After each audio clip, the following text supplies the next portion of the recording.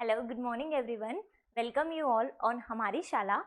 तो गाइस, आज की जो क्लास है उसमें हम आज सीखने वाले हैं कि हम किसी भी सेंटेंस का, जैसे हिंदी में आप बोलते हो उसको वाक्य, ठीक है, वो हमारा हिंदी टू इंग्लिश हम उसको कैसे बनाएंगे, राइट। और तो मैं आपको सिखाने वाली हूँ कि कैसे हम हमारे जो इंग्लिश में हम वाक्य बोलते हैं उसको हम ट्रांसलेट कैसे करते हैं, या फिर उसका एक पर्टिकुलर क्या फॉर्मूला होता है जिसको हम ध्यान में रखते हुए हमारे जो भी हिंदी के वाक्य होते हैं, हिंदी के शब्द होते हैं, उनको हम इंग्लिश में ट्रांसलेट कैसे करते हैं, ठीक है। और ये हमारे कुछ पॉइंट्स हैं जिनको हमें इंग्लिश जब हम सीखते हैं तो काफ़ी ध्यान में रखना होता है और काफ़ी इंपॉर्टेंट है। अगर इन बातों का हम ध्यान में रखते हुए अगर अंग्रेजी सीख रहे हैं तो बिल्कुल काफ़ी अच्छे तरीके से हम इसको क्या कर सकते हैं, इम्प्लीमेंट कर सकते हैं। तो हमारा जो फर्स्ट पॉइंट आता है वो लिसनिंग आता है, ठीक है। राइटिंग होता है, रीडिंग होता है और स्पीकिंग होता है। तो ये हमारे 4 एस्पेक्ट्स होते हैं जिनको देखकर हम अच्छी काफ़ी तरीके से क्या कर सकते हैं, इम्प्रूव कर सकते हैं, ठीक है। तो आगे बढ़ते हैं। और आज जो है मैंने क्या बताया आपको कि हम क्या सीख रहे हैं। आज हमारी पूरी क्लासेस में मैं वो फोकस करने वाली चीज़ें जिसमें हमें काफ़ी ज़्यादा डिफिकल्ट होती है। तो बच्चा, आपने अगर इस चीज़ को काफ़ी अच्छे से ध्यान दिया कि किस तरीके से क्या क्या चीज़ें होती है पर्टिकुलर कोई भी हमारे वाक्य को बनाने में, तो आपको ये पूरी इंग्लिश में काफ़ी ज़्यादा मदद करने वाला है। फिर हमें कोई भी डिफ़िकल्टी नहीं आएगी, ठीक है। तो ये एकदम बेसिक चीज़ है। अगर बेसिक आपने अच्छे से सीख लिया तो फिर आगे हम जितने भी आगे सेंटेंसेस में बढ़ेंगे या कितने भी लॉन्ग सेंटेंस करेंगे उसमें काफ़ी आपको ईजी रहेगा, ठीक है। तो देखो, पहले हम क्या सीख रहे हैं, हमारा स्ट्रक्चर कैसे बनता है। स्ट्रक्चर मतलब क्या होता है कि कोई भी चीज़ का हम फॉर्मेशन कैसे कर रहे हैं, ठीक है, बना कैसे रहे, फॉर्मेट क्या रख रहे हैं, ठीक है। अब देखो, जब हम कोई भी सेंटेंस बोलते हैं, सेंटेंस मतलब आपका क्या होता है, हिंदी में आप इसको क्या बोलते हो, वाक्य बोलते हो, ठीक है। अब जो भी मैं आपको बोल रही हूँ, जो भी मैं आपको हिंदी में बोल रही हूँ वो एकदम सिस्टमेटिक वे में बोल रही हूँ, राइट। ऐसा तो नहीं कि कुछ भी शब्द उठाकर बस बोल दे रही हूँ। अगर ऐसा कुछ होता तो आप मेरी बात समझ पाते क्या? बिल्कुल नहीं समझ पाते। तो उसी तरीके से आपका इंग्लिश में भी है। कोई भी बात अगर आपको इंग्लिश में बोलना है तो वो एकदम सिस्टमेटिक तरीके से अगर आप बोलोगे तभी तो सामने वाले को समझ में आएगा, राइट। तो वो सिस्टमेटिक तरीका हमारा क्या रहेगा, कोई सा भी सेंटेंस हो, कोई सा भी वाक्य हो, उसको बनाने के लिए क्या तरीका रहेगा, सही तरीका, जिसको हम ध्यान में रखते हुए वन बाय वन चीज़ों को सामने वाले को समझा सकते हैं। तो ये हम स्ट्रक्चर यहाँ पे सीखने वाले हैं, ठीक है। तो बेसिक एकदम आपका अच्छा होगा तो बिल्कुल हमें चीज़ें अच्छे से समझ में आएगा। तो हम वही वाक्य देख रहे हैं कि वाक्य को हम बनाते कैसे हैं, ठीक है। और अब देखो बच्चा, क्या होता है कि जब भी हम वाक्य बनाते हैं, ठीक है, अब पहले तो ये समझ लो स्ट्रक्चर में, जैसे हम मैथ के क्वेश्चन करते हैं, मैथ्स में क्वेश्चन करते हो ना आप, मैथ के जो भी हम क्वेश्चन करते हैं फॉर्मूला देते हैं। कोई भी क्वेश्चन आपने उठाया, फॉर्मूला रखा, वन बाय वन फॉर्मूला रखा कि अच्छा इसके बाद ये चीज़ आएगी, इसके बाद ये चीज़ आएगी, इसके बाद ये वर्ड आएगा, या ये हमें रखना है। ऐसे ही करके आप कोई भी क्वेश्चन को, कोई भी सवाल को सॉल्व करते हो। तो उसी तरीके से इंग्लिश में भी है। कोई भी अगर आपका हिंदी सेंटेंस आ रहा है तो उसको हम इंग्लिश में कन्वर्ट करते टाइम शुरुआत में हम इस तरीके से लेंगे कि एक स्ट्रक्चर वाइज हम चीज़ जाएंगे कि पहले हमें ये चीज़ रखना है, उसके बाद ये रखेंगे और उसके बाद वो रखेंगे। तो आई होप यहाँ पर आपको क्लियर हुआ होगा कि क्या इंपॉर्टेंट रहता है आपका किसका, स्ट्रक्चर का, कोई भी चीज़ को, कोई भी इंग्लिश सेंटेंस को बनाने में, ठीक है। तो हिंदी टू इंग्लिश हम इसको ट्रांसलेट करेंगे। तो देखो गाइस, क्या होता है, पहले हम जो जिस चीज़ को हाईलाइट करेंगे वो हमारी क्या रहेगी, सब्जेक्ट रहेगी। मैं आपको डिटेल में समझाने वाली हूँ कि सब्जेक्ट आपका होता है क्या है, ठीक है। इसको एकदम अच्छे से ध्यान में देखेंगे, ठीक है। तो आपका सब्जेक्ट क्या होता है, ठीक है। उसके बाद अगर हम बात करें तो हमारी क्या आती है, वर्ब आती है। अब वर्ब किसको बोलते हैं, ठीक है। चलो मैं इसको अभी हिंदी में आपको लिख देती हूँ। सब्जेक्ट मतलब क्या है ना, कि क्या समझते हो आप सब्जेक्ट से। तो देखो बच्चा, क्या होता है सब्जेक्ट मतलब, क्या होता है, मैं यहाँ पे लिख दे रही हूँ कि आपका जो भी काम करने वाला रहता है, ठीक है। तो करने वाले को आप क्या बोल दोगे यहाँ पर, आप सब्जेक्ट बोल दोगे। अब इंग्लिश में अगर इसको आपको बोलना हो तो क्या बोल सकते हो आप इंग्लिश में, इसको डूअर बोल सकते हो। क्या बोल सकते हो, डूअर बोल सकते हो। तो यही कि कोई भी काम की बात हो रही किसी भी वाक्य में आपके, तो उसमें पहले हमें देखना है कि पहले इस काम को करने वाली जो एक्शन हो रही वो कर कौन रहा है, ठीक है। तो करने वाले को हम क्या बोलेंगे, यहाँ पर सब्जेक्ट बोलेंगे। अब कौन कौन से आपके सब्जेक्ट होंगे मैं डिटेल में आपको अभी बताने वाली हूँ, ठीक है। अभी सिर्फ इतना समझो कि जो भी करने वाला होता है और एक्टिव फॉर्म में अगर हम बात करें तो वो आपका क्या होता है, डूअर होता है, राइट। उसके बाद अगर हम बात करें वर्ब की, तो वर्ब माने मतलब अगर हम हिंदी में बोले तो आपकी क्या होती, क्रिया होती है ना। जैसे मैं यहाँ पे क्रिया क्या कर रही हूँ कि मैं आपको पढ़ा रही हूँ, तो ये पढ़ाने की क्रिया मेरे द्वारा हो रही है, तो ये क्रिया क्या हो जाएगी, आपकी वर्ब हो जाएगी, ठीक है। अब क्रिया भी आपकी दो तरीके से होगी किसी भी वाक्य में, ठीक है, एक तरीके से भी आ सकती है, दो तरीके से भी आ सकती है, राइट। तो ये इसको क्रिया को आप इंग्लिश में अगर आप बोलोगे तो हम क्या बोलते हैं, इसको एक्शन बोलते हैं। क्या बोलते हैं, एक्शन बोलते हैं, ठीक है। डिटेल में अभी देखेंगे हमारी कौन कौन सी वर्ब आएगी। उसके बाद आपका जो स्ट्रक्चर्स में आएगा वो आएगा आपका ऑब्जेक्ट। क्या आएगा, ऑब्जेक्ट, ठीक है। तो ऑब्जेक्ट हम किसको बोलेंगे, जिस पर, हिंदी में अगर हम लिखे तो जिस पर काम किया जा रहा है, राइट, काम होता है, ये लिख ले हम, ठीक है, होता है, तो उसको हम क्या बोलेंगे, आपका ऑब्जेक्ट बोलेंगे, है ना। या फिर हम बोल सकते हैं रेसिपिएंट बोल सकते हैं आप, ठीक है, जो क्या करता है आपका यहाँ पर रिसीव्ड कोई भी चीज को करता है उसको हम क्या बोलते हैं, ऑब्जेक्ट बोलते हैं। तो इतना क्लियर हुआ आपका, क्या होगा, सब्जेक्ट, वर्ब और ऑब्जेक्ट। तो पूरी इंग्लिश में अगर हम बात करें तो कोई भी स्ट्रक्चर को बनाने के लिए तीन ज़्यादा सबसे ज़रूरी चीज़ें होती है कि आप सामने वाले को आपकी बात को सही तरीके से सिस्टमेटिक तरीके से बता पाओ और समझ पाए। तो वो हमारी चीज़ होती है सब्जेक्ट, वर्ब और ऑब्जेक्ट, ठीक है। इतना क्लियर हुआ। अब हम जाते हैं वन बाय वन इन चीज़ों को समझते हैं, ठीक है। तो देखो ऑल, अभी हमने क्या बात करी कि हमारा सब्जेक्ट मतलब करने वाला, मतलब यहाँ तो डूअर बोल दो आप उसको, ठीक है। तो वो क्या होता है, आपका सब्जेक्ट होता है। अब बच्चा यहाँ पे देखना, आपका जो सब्जेक्ट होता है वो हमारे पास दो तरीके से आ सकता है। कितने तरीके से आ सकता है, दो तरीके से, ठीक है। तो दो तरीके से कैसे आएगा, पहले तो हम बात करें कि सिंगुलर भी हो सकता है और प्लूरल भी हो सकता है। अब ये सिंगुलर और प्लूरल क्या होता है, तो देखो आपने सुना होगा, एक वचन सुना है, तो ये एक वचन को ही आप क्या बोल दोगे, हिंदी में अगर हम बात करें तो ये एक वचन का ही आपका क्या होता है, सिंगुलर होता है, राइट। अब एक वचन सिंगुलर में कौन कौन से आपके सब्जेक्ट हो सकते हैं, ठीक है, इनको आप थर्ड पर्सन के नाम से भी जानोगे। बट ये अभी इतना कुछ याद करने का आपको जरूरत नहीं, सिर्फ इतना ध्यान रखो कि सब्जेक्ट आपके दो तरीके से होते हैं, सिंगुलर और प्लूरल, राइट। सिंगुलर में अगर हम बात करें जिसको हिंदी वचन, एक वचन भी आप बोल सकते हो हिंदी में, और आपका जैसे आपने बोला ही, इट और कोई सा भी नेम, तो ये आपका क्या हो जाएगा, सिंगुलर सब्जेक्ट हो जाएगा। अब क्या होता है ही, क्या होता है शी, क्या होता है इट, है ना। तो इसका भी हिंदी मतलब हम इनका देखेंगे। पहले आप इतना जानो कि ये जो शब्द आते हैं आपके, जो ये वर्ड आ रहे हैं, इनको आप क्या बोल सकते हो, सब्जेक्ट बोल सकते हो। अब ये एनी नेम क्या है, तो एनी नेम मतलब यहाँ पे कोई सा भी नाम आ जाएगा। जैसे मैंने मेरे खुद का नाम लिखा टीना, ठीक है, तो मैंने बोला टीना आपको पढ़ा रही है, ठीक है। तो ये टीना जो नाम लिया मैंने, ये एक ही नाम है, एक से ज्यादा नाम तो नहीं है। तो ये जो एक नाम है वही आपका क्या हो जाएगा, सब्जेक्ट हो जाएगा, सिंगुलर सब्जेक्ट है, ठीक है। और अब अगर हम बात करें प्लूरल की, तो प्लूरल मतलब क्या हो जाएगा, आपका बहुवचन हो जाएगा। क्या हो जाएगा, ये बहुवचन इसको आप बोलते हो, ठीक है। हिंदी में आपने सुना होगा बहुवचन करके, ठीक है। अब इसमें कौन कौन से ऐसे सब्जेक्ट आते हैं आपके, तो इसमें आपको देखने को मिलेगा I, we, you, they, Ram and Lakhan. मतलब एक से ज्यादा की अगर आप बात करोगे तो वो आपके क्या हो जाएंगे, प्लूरल में एज अ बहुवचन सब्जेक्ट हो जाएगा। तो एक की जब भी आप बात करेंगे तो यहाँ पर आपके ये वाले सब्जेक्ट आएंगे। एक से ज्यादा की आप बात जब भी करेंगे, ठीक है, तो एक से ज्यादा में आपके कौन कौन से सब्जेक्ट आएंगे, ये वाले शब्द आएंगे, ठीक है। अब देखो यहाँ पर ओनली राम होता तो ये एक वचन में आता, राम के साथ लखन भी आया या कुछ भी नाम आप जोड़ लो, तो ये दो आए हैं, एक से ज्यादा आया है, तो इसीलिए आपने इसको क्या बोला, प्लूरल बोला। इतना क्लियर हुआ सभी को ऑल, ठीक है। सो आई होप यहाँ पे कोई डिफिकल्टी नहीं है। एक वचन, बहुवचन, सब्जेक्ट दो तरीके से आप क्या आ रहे हैं, और दोनों को हमने यहाँ पर देख लिया कि कौन कौन से आपके शब्द आएंगे। अब देखो, ऐसा जरूरी तो नहीं है कि कोई सब्जेक्ट मतलब एक स्पेसिफिक होगा, कोई एक निश्चित होगा, बस वही सब्जेक्ट बन सकता है।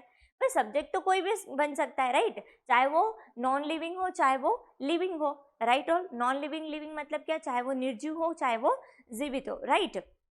तो आपके सब्जेक्ट बन सकते हैं। अब यहाँ तो मैंने स्पेसिफिक आपको नाम बताया, ठीक। सब्जेक्ट कोई भी हो सकता है, आप सब्जेक्ट हो सकते हो। मैंने बोला आप पढ़ रहे हो, तो पढ़ने का काम कौन कर रहे हैं, आप कर रहे हैं, तो आप सब्जेक्ट हो सकते हो, ठीक है। जैसे मैंने बोला फैन चल रहा है, तो चलने का काम कौन कर रहा है, फैन कर रहा है। पंखा कर रहा है, तो पंखा कौन हो जाएगा, यहाँ पर सब्जेक्ट हो जाएगा। तो ऑल इन ऑल हम क्या समझे कि सब्जेक्ट कोई से भी शब्द आपके हो सकते हैं, राइट ऑल। तो यहाँ पर हमें ये समझना है कि सब्जेक्ट आपके कोई सा भी हो सकते हैं। तो देखो मैंने यहाँ पर कुछ सब्जेक्ट आपके लिखे हैं जिनको हम थोड़ा सा जान ले कि क्या क्या आपके सब्जेक्ट और भी हो सकते हैं। जैसे मैंने बोला बॉयज, भाई लड़के, मैंने बोला लड़के मस्ती कर रहे हैं, लड़के रूम में मस्ती कर रहे हैं, तो मस्ती करने का काम कौन कर रहे हैं, लड़के कर रहे हैं। तो बिल्कुल यहाँ पे क्या, लड़के क्या हो जाएंगे, आपके सब्जेक्ट हो जाएंगे। अगर मैंने नेक्स्ट बात करी टीचर, मैंने बोला टीचर आपको डांट रहे थे, तो टीचर क्या हो गया, भाई डांटने का काम कौन कर रहा था, टीचर कर रहे थे, तो ये टीचर क्या हो जाएगा, आपका सब्जेक्ट हो जाएगा, राइट। फादर, मैंने बोला फादर गिव्स यू मनी, पैसे, पापा आपको क्या देते हैं, पैसे देते हैं, तो देने का काम कौन कर रहा है, पापा कर रहे हैं, तो ये फादर क्या हो जाएगा, आपका सब्जेक्ट हो जाएगा यहाँ पर। गर्ल्स, मैंने बोला गर्ल्स आर परचेसिंग ड्रेसेस, ठीक है, जो गर्ल्स है वो क्या खरीद रही है, ड्रेसेस खरीद रही है। तो खरीदने का काम कौन कर रहा है, लड़कियां कर रही है, तो लड़कियां कौन हो जाएगी, आपकी सब्जेक्ट हो जाएगी। तो समझ में आया बच्चा, आपका क्या हो जाएगा, जो भी काम मेन करता है वो आपका क्या हो जाता है, सब्जेक्ट हो जाता है। ठीक है, इतना क्लियर हुआ सभी को। ये ही शी वगैरह मैंने आपको सिंगुलर प्लूरल में सभी बता दिया, जैसे स्टूडेंट्स, राम, श्याम, है ना, we, you, they, these, right, that, these, those, ये सारी चीजें आपकी क्या हो जाएगी, सब्जेक्ट हो जाएगी। दीज मतलब क्या होता है, यह या वह की बात आप करते हो, जैसे मैंने बोला दिस इज द मार्कर, ठीक है। तो अब ये पूरे पर्टिकुलर वाक्य में आपका दिस इज द मार्कर, ठीक है। तो मैंने दिस क्या लिखा है आपका यहाँ पे, शेडो सब्जेक्ट में दिस लिखा है, तो ये आपका क्या हो जाएगा, ऐसा सब्जेक्ट हो जाएगा, ठीक है। ये आपका दैट, जैसे मैंने बोला दैट वॉज अ बॉय, वो लड़का था, ठीक है। तो यहाँ पे मैंने सब्जेक्ट ऐसे कैसे लिखा है, यहाँ पे दैट का यूज करा, राइट। तो ये चीजें आपकी क्या हो जाती है, एज अ सब्जेक्ट में आ जाती है। तो बच्चे समझ में आया, जो काम आपका मेन करने वाला एक्शन को जो करता है उसको हम क्या बोलते हैं, सब्जेक्ट बोलते हैं। अब देखो यहाँ पे कुछ सेंटेंसेस लिखे, इनके थ्रू हम समझने की कोशिश करते हैं। लोग अखबार पढ़ते हैं, ठीक है। अब मैंने बोला पढ़ते हैं, भाई क्या पढ़ते हैं, ठीक है। अखबार कौन पढ़ता है, तो आप बोल रहे हो लोग पढ़ते हैं, ठीक है। तो ये लोग क्या हो जाएंगे, आपके सब्जेक्ट हो जाएंगे। मैंने बोला बच्चे स्कूल में पढ़ रहे हैं, ठीक है। तो पढ़ने का काम कौन कर रहे हैं, भाई बच्चे कर रहे हैं, तो ये बच्चे क्या हो जाएगा, आपका सब्जेक्ट हो जाएगा। चिंटू ने आइसक्रीम खाया, आइसक्रीम किसने खाया, चिंटू ने, ठीक है। खाने का काम किसने किया, चिंटू ने किया, तो चिंटू कौन हो जाएगा, आपका सब्जेक्ट हो जाएगा, ठीक है। और तो समझ में आया आपको अच्छे से कि सब्जेक्ट होता क्या है, जो भी मेन काम करता है, एक्शन को करता है, उसको हम क्या बोलते हैं, सब्जेक्ट बोलते हैं, ठीक है। आई होप आपको ये क्लियर हुआ होगा। तो हमारा क्या स्ट्रक्चर था, आपका पहले आता था सब्जेक्ट, उसके बाद आपकी क्या आ रही है, वर्ब आ रही है, और उसके बाद आपका क्या आ रहा है, ऑब्जेक्ट आ रहा है। तो सब्जेक्ट हम समझ चुके हैं, अब हमें क्या देखना है, वर्ब देखना है कि वर्ब क्या होता है, ठीक है। तो चलिए जानते हैं वर्ब क्या होता है आपका। देखो ये वर्ब है, वर्ब हमने बात करी कि जब भी हम वर्ब की बात करेंगे तो वर्ब मतलब क्या, आपकी कोई भी क्रिया, कोई क्रिया करना। अब यहाँ पर आपको देखो वर्ब हमारी दो तरीके की होती, कितने तरीके की होती है, और दो तरीके की। एक तो क्या कौन सी होगी, आपकी हेल्पिंग वर्ब आएगी, और दूसरी कौन सी आएगी, आपकी मेन वर्ब आएगी। कौन सी आएगी, मेन वर्ब, ठीक है। अब ये हेल्पिंग वर्ब क्या होता है, तो आपको कोई से भी वाक्य में दो तरीके से वर्ब देखने को मिलेगी। एक तो आप हेल्पिंग वर्ब क्या बोलोगे, सहायक क्रिया, क्या बोलोगे इसको, सहायक क्रिया बोलोगे। और दूसरी आपकी मेन वर्ब जो होती है उसको हिंदी में क्या बोलते हैं, हम इसको मुख्य क्रिया बोलते हैं। क्या बोलते हैं, और मुख्य क्रिया, ठीक है। अब हम देखते हैं कि कौन कौन से ऐसी वर्ब है जो आपकी सहायक क्रिया में आती है, और कौन से ऐसी वर्ब है जो मेन वर्ब में आती है, ठीक है बच्चा। तो आपको कभी भी कोई भी सेंटेंस आप बनाते हो, मतलब वाक्य बनाते हो, जिसको हिंदी टू इंग्लिश में हम जब भी कन्वर्ट करेंगे तो हमें किसी भी सेंटेंस में, मतलब किसी भी वाक्य में दो तरीके की आपको वर्ब देखने को मिल सकती है, या तो वो हेल्पिंग वर्ब हो सकती है, या तो फिर वो आपकी मेन वर्ब हो सकती है, ठीक है। अब उसी तरीके से अगर हम बात करें हेल्पिंग वर्ब की, तो देखो आपकी हेल्पिंग वर्ब भी आपको दो टाइप से देखने को मिलेगी। एक तो कौन सी होगी, जैसे हम बात करें नॉर्मल आपकी जो हेल्पिंग वर्ब प्राइमरी, जिसको हेल्पिंग वर्ब आप बोल सकते हो, जैसे आपने बोला इज, है ना, am, are, was, were, has, have, had, right, do, does, did, ठीक। तो ये आपकी क्या हो गई, ये आपकी एज अ हेल्पिंग वर्ब सहायक क्रिया हो जाएगी, और ये भी आपकी एज अ हेल्पिंग वर्ब ही आएगी। ये भी आपकी मदद करवाएगी किसी भी इमोशंस को, फीलिंग को बताने के लिए। कौन कौन सी, जैसे कैन हो गया, कुड हो गया, शुड हो गया, राइट, मे हो गया, माइट हो गया, मस्ट हो गया, और भी बहुत सारी आपकी ऐसी हेल्पिंग वर्ब्स आती है। तो अभी मैं आपको स्ट्रक्चर बता रही हूँ, आपको सिर्फ चीज़ों को आपको पहचानना सिखा रही हूँ कि आपकी जो हेल्पिंग वर्ब्स होती है वो कौन कौन सी हो सकती है, ठीक है। इन हेल्पिंग वर्ब्स को हम काफ़ी अच्छी तरीके से क्या करेंगे, याद करेंगे, बार बार इन चीज़ों को सेंटेंस में यूज़ करेंगे ना, तो हमें ऑटोमेटिकली याद हो जाएगी कि क्या मतलब होता है, कहाँ मैं डीड लगाऊंगा, कहाँ पे हैव लगाऊंगा, कहाँ पे हेड लगाना है मुझे, ठीक है। और तो अभी आप क्या समझो, इनको एक बार सिर्फ देख लो, मतलब इनसे थोड़ी सी पहचान बना लो, है ना। एक बार हम जब किसी भी चीज़ को देखते हैं तो वैसे याद नहीं रहती है, बार बार हम जब देखेंगे तो बिल्कुल हमें हमारे यूज टू हो जाएंगे हम इसके, और हम क्या कर लेंगे, इनको अच्छे से याद कर लेंगे, ठीक है। तो अभी एक बार आपको सिर्फ क्या करना है, इनको सिर्फ देखना है, और इनका नाम पता करना है कि भाई इनको बोलते क्या है। तो क्या बोलते हैं इनको, सहायक क्रिया बोलते हैं, क्या बोलते हैं, हेल्पिंग वर्ब्स बोलते हैं।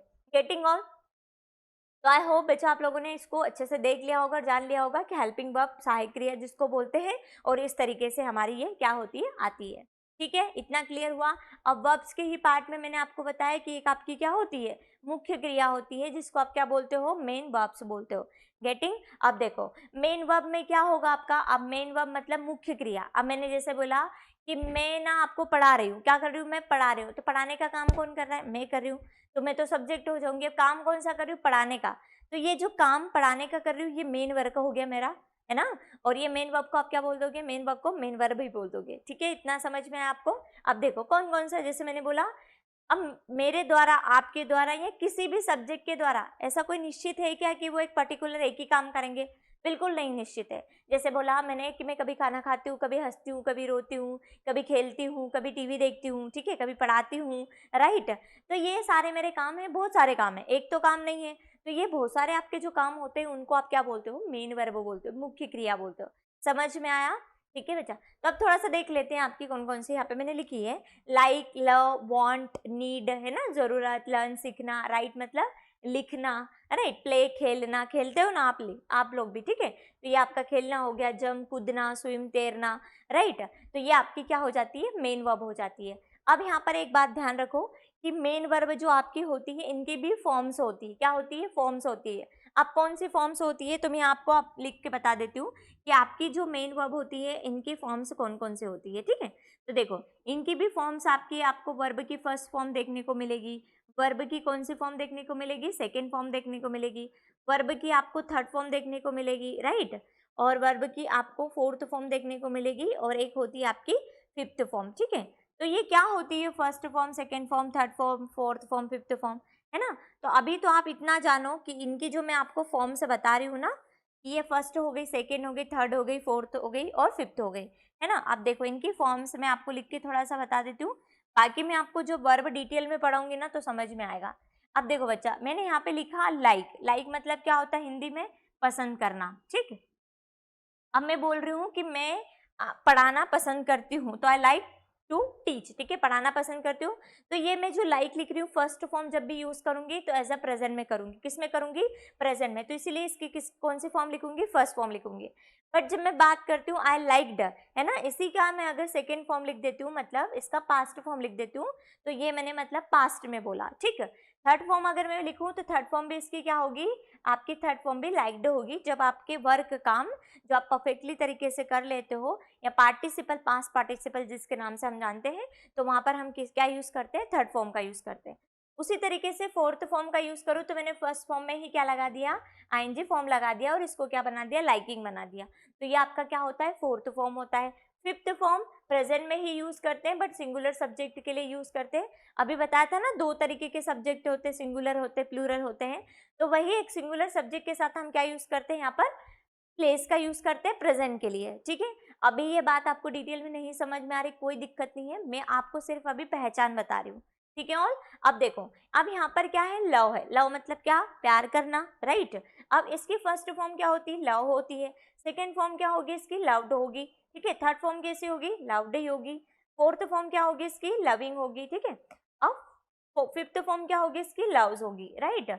अब देखो ये कैसे हम फॉर्म से first form, second form, third form, fourth form, fifth form कैसे कर पा रहे हैं, ये मैंने कहीं ना कहीं पढ़ी होगी तभी तो मुझे आ रहा है, राइट। तो इसी तरीके से आपको भी वर्ब्स याद करनी पड़ेगी, ठीक है ना। हम कोई डिफिकल्ट वाली बात नहीं, इतनी मैं आपको डेली प्रोवाइड करूंगी ताकि इजी रहेगा आपके लिए याद करना, ठीक है ना। तो अभी आप सिर्फ इतना देखो कि आपकी जो मेन वर्ब है, किसी भी सब्जेक्ट के द्वारा काम, मेन मुख्य काम किया जाता है, उसको हम क्या बोलते हैं, मेन वर्ब बोलते हैं। और इनके कितने फॉर्म होते हैं, 5 फॉर्म होते हैं। 5 फॉर्म क्यों होते हैं, क्योंकि भाई काम आपके वो पास्ट में भी हो सकते हैं, फ्यूचर में भी हो सकते हैं, और आने वाले, हाँ, फ्यूचर में और प्रेजेंट में भी हो सकते हैं, राइट। तो इनकी कोई निश्चित नहीं होती है, ये कोई निश्चित नहीं होते, इसीलिए इसके फॉर्म से बनाए जाते हैं। इतना क्लियर हुआ सभी को आपको, ठीक है। तो हमने यहाँ पे क्या देखा, वर्ब्स हमारी दो तरीके से होती है, एक हेल्पिंग वर्ब होती है, एक मेन वर्ब होती है। ये सारी वर्ब्स हमारी हेल्पिंग वर्ब होती है, मदद करवाती है किसी भी सब्जेक्ट को, या हमें पहचान दिलवाती है कि कोई भी काम आपने प्रेजेंट में किया है, पास्ट में किया है, या फिर फ्यूचर में किया है। इतना समझ में आया। उसके बाद हमारा क्या होता है, एज अ मेन वर्ब होता है, जिनकी हमारी 5 फॉर्म्स होती है। Understood everyone. अब हम देखते हैं यहाँ पे कुछ सेंटेंसेस हमारे छोटे छोटे से हैं, जिनमें हम पहचान देखते हैं कि किस तरीके से यहाँ पे सब्जेक्ट ने काम किया है, ठीक है। अब देखो बच्चे फुटबॉल खेलते हैं। अब मैंने बोला बच्चे क्या खेलते हैं, तो क्या का आपका जो रिप्लाई आया है भाई फुटबॉल खेलते हैं, ठीक है, खेलते हैं, खेलने का जो आपका रिप्लाई, ये आपका खेलना क्या हो गया, एज अ मेन वर्ब हो गई, या फिर आप बोल दो वर्ब हो गई, ठीक है। पप्पू मस्ती कर रहा है, भाई पप्पू क्या कर रहा है, मस्ती कर रहा है, ठीक है। तो ये करने की एक्शन आपने बताई है, ठीक है, तो इसको आप क्या बोलते हो, मुख्य क्रिया बोलते हो। राधिका अंग्रेजी पढ़ती है ना, राधिका अंग्रेजी पढ़ती है, तो पढ़ने का यहाँ पे जो काम हो रहा है ये कौन कर रहा है, राधिका कर रही है, और ये पढ़ना आपका क्या हो गई, यहाँ पर वर्ब हो गई, क्या हो गई, वर्ब हो गई। तो यही कि ये बच्चे, पप्पू या फिर राधिका के द्वारा जो काम किए जा रहे हैं उसी को आप क्या बोलोगे, वर्ब बोलोगे। इतना क्लियर हुआ सभी को, ठीक है। अब हम जब सेंटेंसेस बनाएंगे ना फाइनली, तब और हम अच्छे से डिटेल में समझेंगे। अभी आपको सिर्फ इन चीजों को पहचानना है, ठीक है। आगे बढ़े बच्चा। अब हमारा नेक्स्ट क्या आता है, सब्जेक्ट, क्या आता है, ऑब्जेक्ट आता है। पहले हमने सब्जेक्ट देखा, वर्ब देखी, और फिर क्या देखा, ऑब्जेक्ट देखना है अभी हमें, ठीक है। अब हम थर्ड नंबर पे आ गए, हमें क्या देखना है, ऑब्जेक्ट देखना है। अब देखो ऑब्जेक्ट क्या होता है, मैंने क्या बताया था कि सब्जेक्ट के द्वारा जिस पर वर्क किया जाए उसको हम क्या बोलते हैं, ऑब्जेक्ट बोलते हैं। आप इसको क्या बोल लो, हिंदी में अगर हमें देखना है तो कर्म बोल लो, बट ये इससे कोई हमें पता नहीं चलता कि कर्म मतलब क्या होता है, राइट। तो ऑल इन ऑल ये समझो कि ये जिसके ऊपर वर्क करता है उसी को आप क्या बोल दोगे, ऑब्जेक्ट बोल दोगे। गेटिंग। अब यहाँ पे देखो कुछ एग्जाम्पल दिए हैं, जैसे बुक, ग्लास, वाटर बोतल, है ना, रूम, स्टोरीज, फुटबॉल, मी, हिम, है ना, हर, अस, यू, देम, इट। तो ऑल इन ऑल क्या समझे हम कि किसी पर भी काम हो सकता है। मैंने बोला कि मैं इस मार्कर के द्वारा लिख रही हूँ बोर्ड पर, ठीक है, तो मैं काम किसके द्वारा कर रही हूँ भाई, मार्कर पे, ठीक है, किस पे लिख रही हूँ, बोर्ड पर। तो काम किस पर हो रहा है, इस बोर्ड पर हो रहा है ना, तो ये क्या हो जाएगा, आपका ऑब्जेक्ट हो जाएगा। मैंने बोला कि मैं आपको पढ़ा रही हूँ, तो पढ़ाने का काम किसके ऊपर हो रहा है, आपके ऊपर हो रहा है, आपको समझा रही हूँ, तो आप क्या हो जाओगे, ऑब्जेक्ट हो जाओगे। मैंने बोला आप है ना आपकी कॉपी में या कॉपी में लिख रहे हो, तो लिखने का काम किस पर कर रहे हो, आप आपकी कॉपी में कर रहे हो, तो कॉपी आपकी क्या हो जाएगी, ऑब्जेक्ट हो जाएगी, ठीक है। मैंने बोला वे फोन पर बात कर रहे हैं, किस पे बात कर रहे हैं, फोन पर बात कर रहे हैं, तो फोन क्या हो जाएगा, आपका ऑब्जेक्ट हो जाएगा। तो बच्चा ऑल इन ऑल आप क्या समझे कि ये जो सब्जेक्ट आपका फर्स्ट टाइम होता है वो जिसके ऊपर वर्क करता है ना, उसको हम क्या बोलते हैं, ऑब्जेक्ट बोलते हैं, ठीक है। तो यही हमारा होता है। अब देखो यहाँ पे कुछ एग्जाम्पल दिए हैं, हम पढ़ लेते हैं इनको, ठीक है। हम अंग्रेजी अखबार पढ़ते हैं, ठीक है। अब मैंने बोला हम पढ़ते तो हैं, बट क्या पढ़ते हैं, तो आंसर आपका क्या आया, अंग्रेजी अखबार आया। तो ये क्या हो गया, पूरा का पूरा आपका ऑब्जेक्ट हो गया, क्या हो गया, ऑब्जेक्ट हो गया, ठीक है। मैंने बोला पापा तुम्हें डांटते हैं, पापा किसको डांटते हैं, तुम्हें डांटते हैं। तो मैंने पूछा पापा किसको डांटते हैं, तो यहाँ पे आंसर जो आया है तुम्हें आया है, तो ये तुम्हें क्या हो गया, आपका ऑब्जेक्ट हो गया।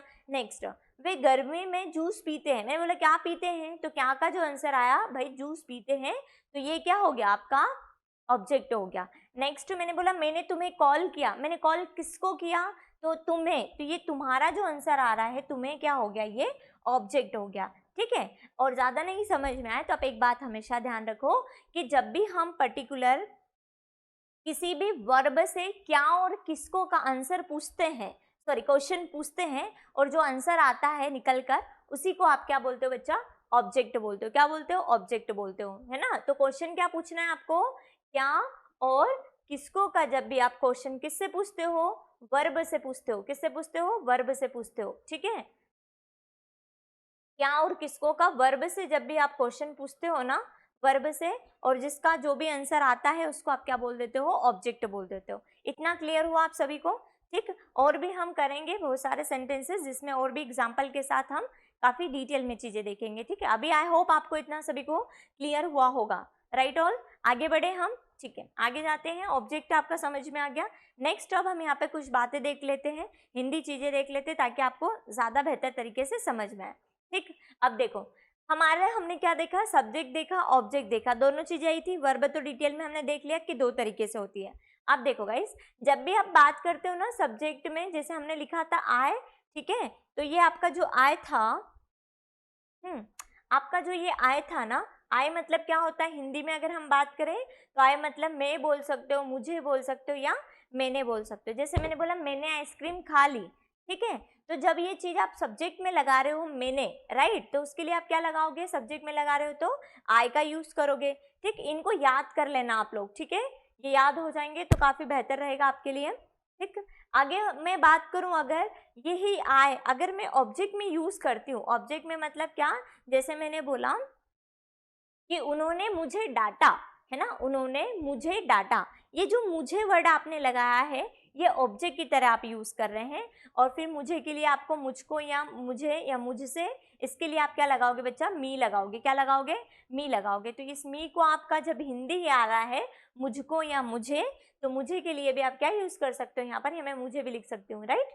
तो इसके लिए आप क्या लिखते हो, मी का यूज करते हो, ठीक है। तो ये याद कर लेना हिंदी में। अब आपकी जब बात आती है पजेसिव एडजेक्टिव की, पजेसिव एडजेक्टिव क्या होता है, जैसे मैंने बोला कि यह जो मार्कर है ये मेरा है, ठीक है। तो इसको मैं क्या बता रही हूँ, ये मेरा है मतलब मेरा अधिकार बता रही हूँ।